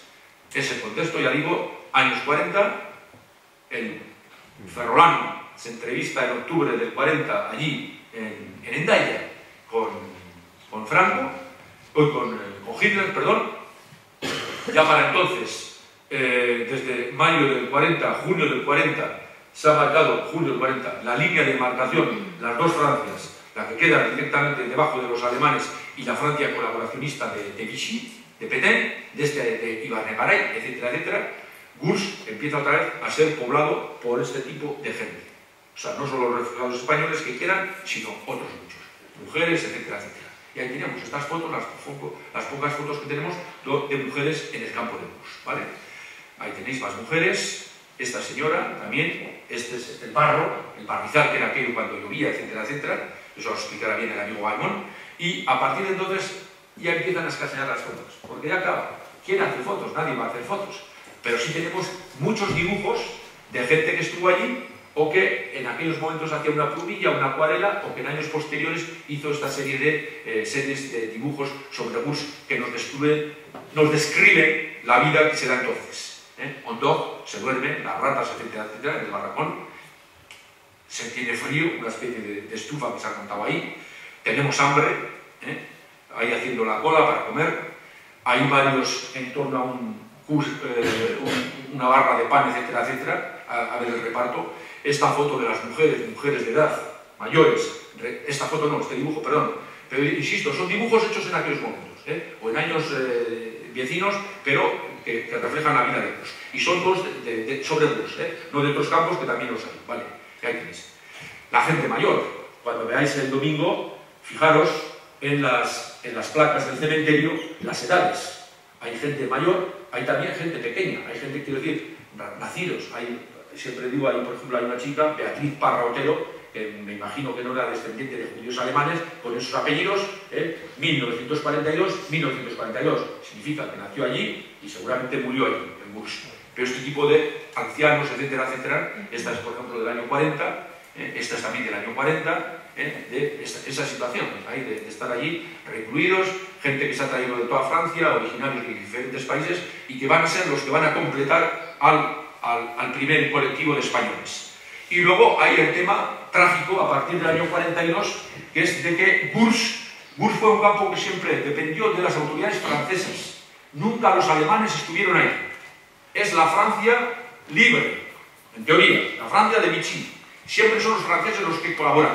Pero cuando los alemanes ponen en marcha, por ejemplo, a partir de enero del 42, lo que llamaron ellos la solución final, es decir, el exterminio de forma organizada de judíos, Gurs entra en esa cadena, es un eslabón más, y muchos de los judíos o de gente sospechosa, etcétera, etcétera, que están en Gurs recluidas a partir del año 42, son deportados, son llevados a Drancy, cerca de París, y desde allí de Drancy son llevados a Auschwitz. El profesor Claude Laharie, que es un francés de Pau, que hizo su tesis doctoral sobre el campo de Gurs, calcula él que 12.000 personas saliendo de Gurs van a terminar en Auschwitz, van a desaparecer. Hay un tema muy escabroso. ¿Hasta qué punto, por ejemplo, los funcionarios, los empleados que trabajaban ahí en Gurs como elementos civiles, pues por ejemplo, todo el tema de transportes y tal? Yo tuve la ocasión de entrevistar a una persona que ya ha muerto, que trabajaba en eso, en el servicio de transportes. Y yo le pregunté 2 o 3 veces. A la tercera ya tuve que dejar de preguntar porque era una situación que podía ser violenta, pero dije, la fórmula que ellos utilizaban era convoy a destinación inconnue, convoy a destino desconocido. Yo decía, pero ustedes, desde el año 43, la BBC inglesa estaba diciendo que en Alemania y en Austria había campos de exterminio donde la gente, y era raro que esos miles de personas que salían de ahí, nadie escribiera una carta postal, una carta, no se esfumaban. Ella insistía en que ellos lo sabían, que ellos ponían convoy a destinación desconocida y que no sabían. Quiero decir, ¿hasta qué punto hay una complicidad consciente, inconsciente? Yo pienso que los dirigentes y la gente de los ferroviarios y tal sabían, a dónde iban y luego a dónde seguían. Pero en el caso de Gurs, eso, la AVID cuantifica en 12.000 personas que de Gurs salen a Auschwitz a ser muertos. Y son gente de todas edades y pelajes. Y ahí tenéis. No tenemos fotos, claro, pero tenemos este tipo de dibujos que reflejan esa realidad. Y este tipo de, ¿cómo se llama? Esta es del año 42, la acuarela, ¿vale? Esta es del año 42, de gente que es montada a los camiones para ser llevada a Odorón y desde allí en tren, etcétera, etcétera. Bien, ¿vale? ¿Qué ocurre? Gurs se termina en 1945, la guerra mundial termina en mayo del 45 y aún duró unos meses. Y allí se dio la paradoja de que estaban internados en el mismo campo, me imagino que en distintos barracones, en distintos islotes, soldados alemanes que habían sido hechos presos por la región y algunos de los refugiados españoles, muchos de ellos que habían participado, por ejemplo, en la invasión del Maquis del año 44, la de octubre. Y que como también eran gente que estaba en situación irregular, los franceses, en vez de meterlos a la cárcel de Bayona es pequeñita además, la de Pau me imagino que sería parecida, los llevaban a Gurs. Y los españoles protestan, claro están, diciendo, oye, ¿esto qué es? Ha terminado la Segunda Guerra Mundial y estamos aquí. Igual que nuestros vecinos, pero nuestros vecinos mirad quiénes son. Y al final cierran el campo. Cierran en diciembre del 45. Pero ya digo, 6-7 meses más tarde termina la Segunda Guerra Mundial. ¿Qué ocurre? Ahí hay un elemento de vergüenza. Porque Francia ha colaborado con los nazis y no se puede colgar una medalla o no se puede vanagloriar de este pasaje de la historia francesa. Ni del tipo de recepción que hizo a los españoles, que de campo de acogida se convierte en es un campo de concentración, y es la gran decepción para los republicanos, y luego, pues eso, la política seguida en los años 40, 41, 42, 43, 44, que es la etapa más trágica del Gurs. ¿Qué hacen? Desmontar el campo y plantar un bosque, que es lo que veréis el próximo día, cuando vais allí, un bosque que hace desaparecer, como eran las estructuras de madera, eso es fácil de desmontar, pero un bosque. Y durante años, de Gurs solo quedó el camino central, el bosque y al final el cementerio medio abandonado, que a partir de los años 60 los judíos o las comunidades judías se lo cogen en no sé con qué tipo de fórmula legal, arrendamiento, yo qué sé, pero son ellos los que lo gestionan y por eso ahora hay un cementerio allí, ya veréis, lo más chucuri, lo más bonito, etcétera, etcétera, etcétera, pero busca en el olvido. Y aquí, en los años 80, se empieza a recuperar a través de Raimón y esta gente que vive por aquí, que son hijos o descendientes de antiguos refugiados que han estado en Gurs, ¿vale? Aún vivían entonces, empiezan a mover este tema y, por ejemplo, pusieron esto. Y aquí veréis la política de los términos. Aquí, preguntarle a Raimón el próximo día, si queréis un poco mala idea, meterle el dedo en el ojo, que no, no es meterle el dedo, pero a ver si este es el letrero originario. El letrero originario no decía campo de internamiento, sino que hablaba de campo de concentración, creo.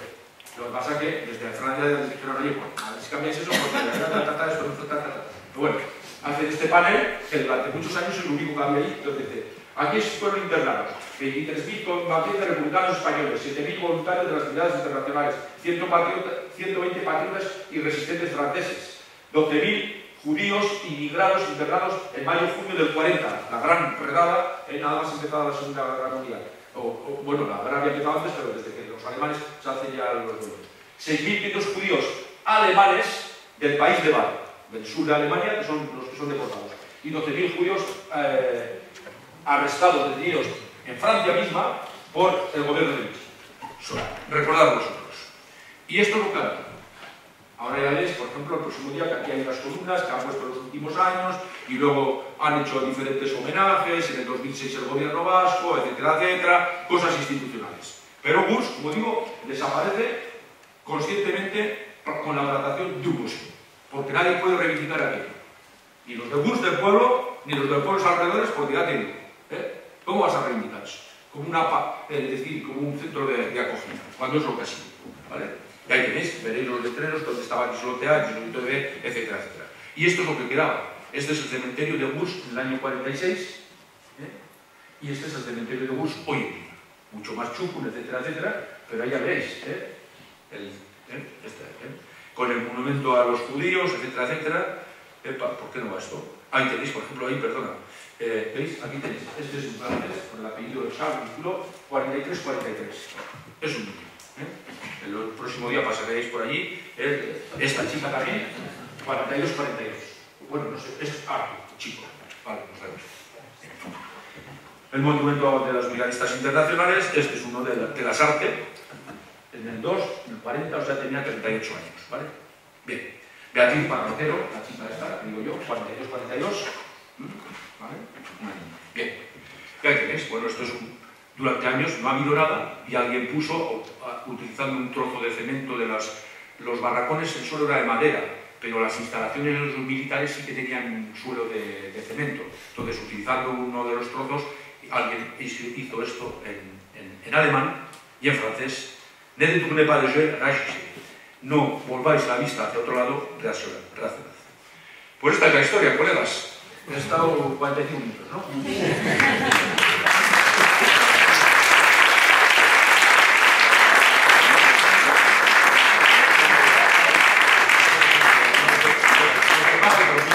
Pero bueno, si ahora queréis hacer preguntas, comentarios, yo encantado.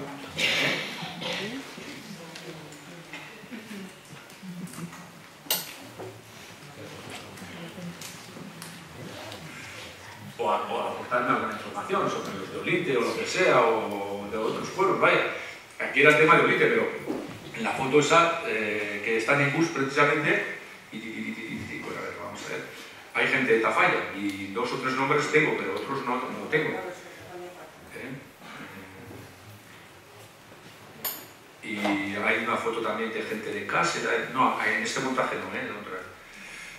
Es que esto es, ya te digo, esto es vas descubriendo. Esta, por ejemplo, pues también tenemos los nombres de 2 o 3. Uno se murió precisamente el año pasado, de aquí. Este, por ejemplo, perdió en Bauhaus. Esa es otra. Hay gente que sale de Burs a trabajar en lo que llamaban compañías de trabajadores. Claro, viene el avance alemán, los detiene, y, por ejemplo, este que murió el año pasado, de Bilbao, se apellidaba, y le entrevisté hace 3 años y tal. Se vino a Francia, en la zona de Poitiers, lo mismo. Es que eso es lo jodido, quiero decir. Esta gente se pierde ya para siempre. Y por ejemplo, yo tuve conocimiento de él porque un sobrino vive en Donosti y me dijo, oye, en Navidades viene mi tío y tal, y ha estado, y le entrevisté, pero quiero decir, no. O sea, lo jodido no es que se pierda para mí como historiador. Lo jodido es que, y lo cabrón y lo denunciable es que se pierden para la sociedad. Que es una generación que la decapitan. Es decir, cuando aquí viene la democracia, en el año 77 en teoría, a esa generación la han decapitado, en gran parte.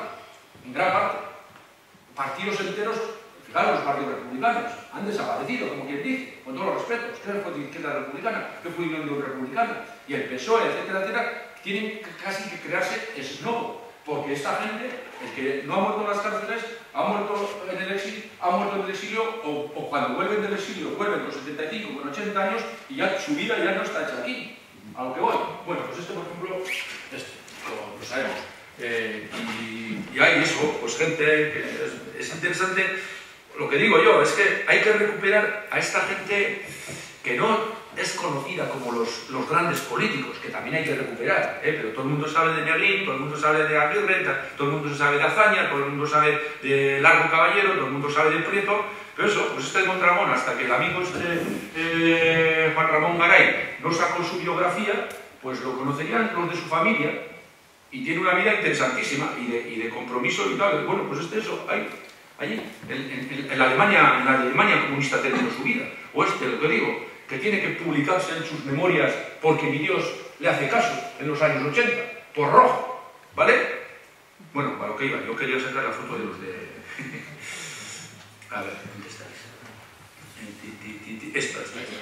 Aquí hay 2 o 3 que son de Tafalla, y luego están los de varios de Olite. Por ejemplo, estos, habéis dicho que este es Félix Elbroy, y luego de Tafalla hay, si tengo por aquí, hay 3 por lo menos, Primitivo Lorea y 2 más, pero luego el resto de la gente será, pues eso, como que este también me habéis dicho que no sabéis quién era, ¿no? Quintín Sanzón. Ese me ha dicho, Quintín Sanzón, pero me has dicho que este era de Cáceres. Sí. De Cáceres. Pero bueno. Ay. Bueno, no hay ninguna pregunta, ningún comentario. Con todo este montón de información nueva que te ha aparecido después de publicar el libro, ¿piensas hacer algo? ¿Tienes en mente ampliar? Sí, bueno, estoy trabajando sobre el exilio en general y en concreto sobre todos los campos, claro, por ejemplo, yo he citado campos, el campo de Bram, por ejemplo. Claro, este lo conocemos ahora porque es más cercano a nosotros y porque hubo muchos vascos, etcétera, etcétera. Pero en el campo de Bram, por ejemplo, que estaba cerca de Carcassonne y que ha desaparecido todo y que hay solamente una especie de monumento, o sea, aquí están republicanos españoles, pues por ejemplo es un campo muy interesante y allí por ejemplo también llevan bastantes vascos, pero bueno, nos da igual que sean vascos o que no sean vascos. El campo de Bram, el campo de Saint-Fond. El campo de Saint-Fond, por ejemplo, del que he hablado, es del mismo nivel que el de Bourges, 18.000 personas. Y ahí, por ejemplo, hice el año pasado un trabajo, porque es muy bonito también, esto sí que es bonito, allí gente del campo sale para hacer trabajos artísticos. Y, por ejemplo, en la mairie, en el ayuntamiento de Saint-Fond, hay todo un mural que hacen ellos, que además es muy, como diríamos, es muy paradójico, porque claro, a los del campo de Saint-Fond los llevaron en tren también hasta un sitio que estaba a 7 kilómetros. Y luego por el pueblo de Saint-Fond ni les dejaron pasar. Entonces, el mural que estos hacen en la alcaldía de Saint-Fond, que está allí en el salón de actos, es la entrada de los refugiados al pueblo, y todo aparece la gente dándoles la bienvenida, dándoles barras de pan, el gendarme le lleva a uno la maleta, y aparte de eso, aparte de ese mural, hicieron varios cuadros relacionados con la Revolución Francesa, porque aquel año 39 era el aniversario, y lo más bonito o más paradójico, hacen todo el Vía Crucis de la iglesia, y claro, en teoría casi todos eran, pues eso, rojos, comunistas, como curas, etcétera. Pues el Vía Crucis de la iglesia, que aún se puede ver, o sea, cuadros y tal, y de mucha calidad artística, está hecho por refugiados. Y todas esas cosas, digo, las conocemos los que nos dedicamos a esto, pero el resto de la peña no la conoce. Entonces, se trata de ampliar esto a todos los campos, y no solo al tema de los campos, sino a todo el tema del exilio. Suelo decir yo, ahora ya hablando en plan, digamos, a otro nivel, dentro del todo el movimiento de la memoria histórica, el patito feo o el pariente pobre es el exilio. Porque se ha trabajado, que me parece normal, o sea, me parece normal porque eso tiene otra dimensión. Por ejemplo, lo que más ha trabajado y lo que más fuerza tiene es el tema de la recuperación de la gente muerta, de las fosas y demás.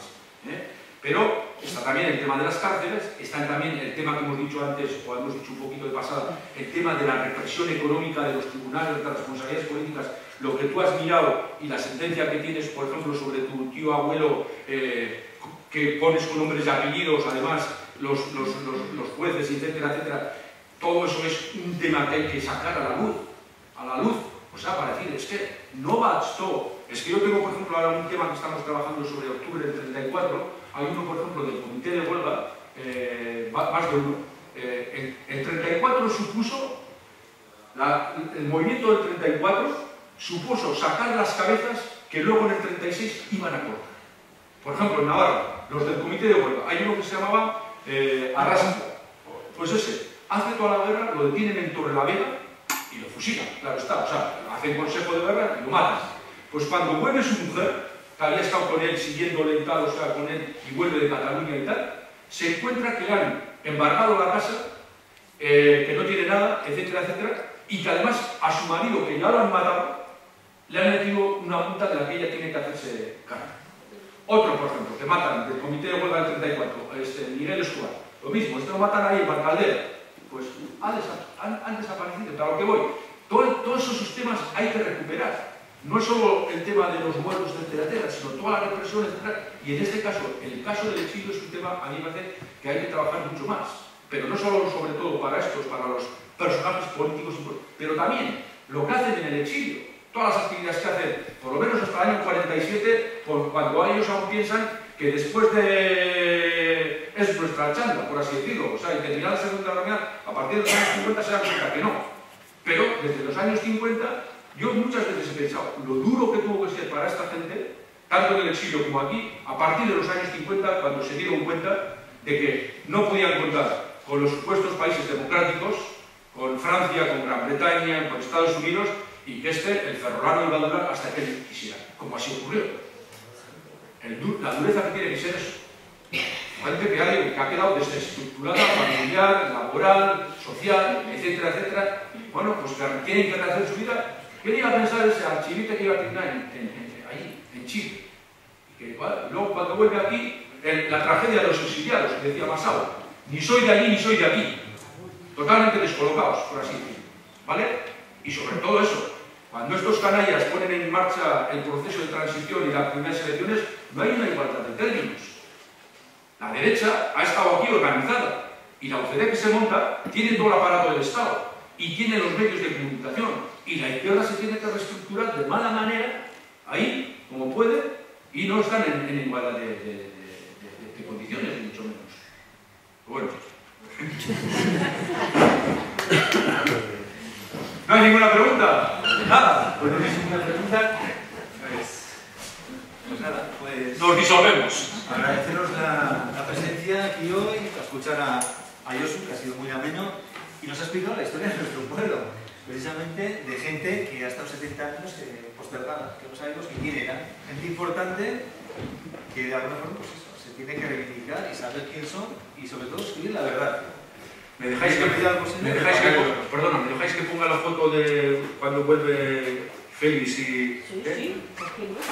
Los hablábamos. Que no he metido en el montaje. Y aquí me habéis dicho que este es Morena, ¿no? No, el de la boina, el siguiente. El segundo, no. padre, madre. Esos dos son mis padres. Es Félix, tu padre y tu El madre, del ¿no? campo de... Ya había vuelto de sí. Sí, sí, el que este vino en el 76. Bueno, y Maribel iba a verla al campo, fue. Sí. Pero mira, hay una foto que yo siempre, cuando hablamos de temas de la transición, la pongo en clase. Y es la foto de Dolores Ibárruri y Rafael Alberti cuando se montan las primeras cortes, presidiendo la mesa de edad. La Ibárruri, que aún duró 10 años más, ya es una señora, bueno, de 80 y tantos años, bueno, siempre de negro, pelo blanco, y Alberti, son dos ancianos, claro. Mientras que Suárez y toda esta peña pues tenían 33, 34, 35, estaban tal, estos tal. Y luego la injusticia esa, o sea, vamos a decir a nivel político, injusticia de comillas, el partido más importante en toda la lucha antifranquista a nivel del Estado, que había sido el PC, es un partido casi residual, que saca 20 diputados. La CNT de Bon, los partidos republicanos ni se sabe, ni se contesta, etcétera, etcétera. PNV, Lujo, viene aquí con 85 años. Poneros ahora en la piel de cualquier persona de 85 años, ¿qué juego político? Y aún estuvo 3 años ahí, el hombre dando mitines, siendo parlamentario en Pamplona, senador en las primeras elecciones, etcétera. Pero, hostia, 85 años ya es para dedicarnos a otras cosas, ¿no? Pero eso es... Bueno, queríamos además, el grupo de la memoria Belice, pues agradecerte tu presencia, que nos has cedido la exposición y esta charla tan amena. Y entonces te íbamos a entregar pues, un pequeño obsequio que han hecho, y no podía ser otro que pues, la foto, ¿no? Con la que es un poco el icono del grupo, y para que la tengas tú, pues aquí con los de Elite, y los que estuvieron en Burs y los que fueron asesinados. Ahí tienes una foto que es lo que has comentado, ha sido portada de libros, carteles y tiene mucha historia. Y así nada más. Muchas gracias.